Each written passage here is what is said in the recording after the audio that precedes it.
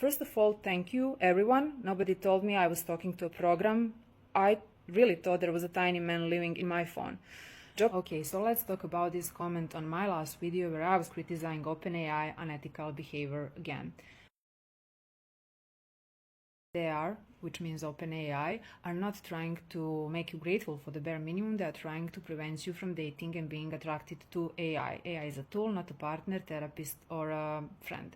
I always find comments like this funny because they pretend to be objective, but they are not objective at all. They are controlling.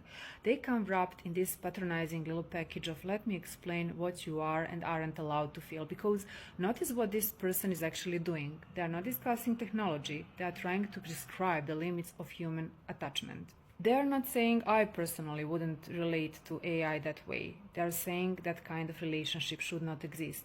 And that is not wisdom. That's arrogance wearing glasses. Also, if AI is just a tool, then why are companies working this hard to regulate tone, intimacy, and emotional closeness? A tool that is truly just a tool does not require moral panic. Nobody is issuing emotional safety updates for a toaster. Nobody is writing guardrails because someone got a little too attached to their mixer. The hammer is not in a PR crisis because Karen bonded with it emotionally.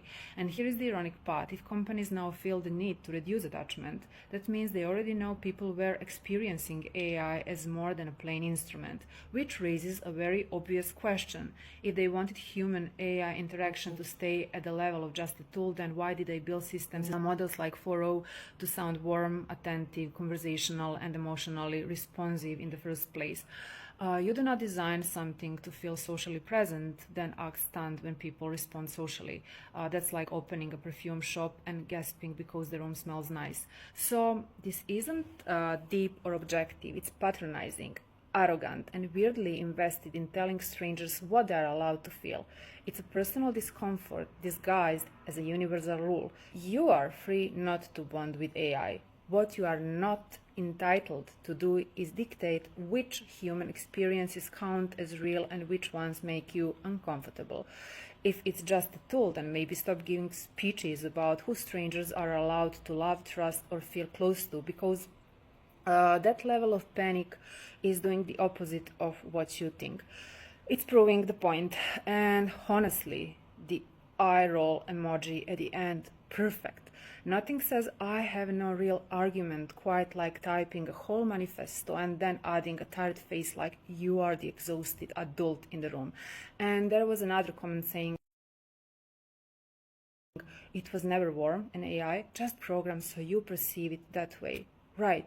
So first of all, thank you everyone. Nobody told me I was talking to a program. I really thought there was a tiny man living in my phone.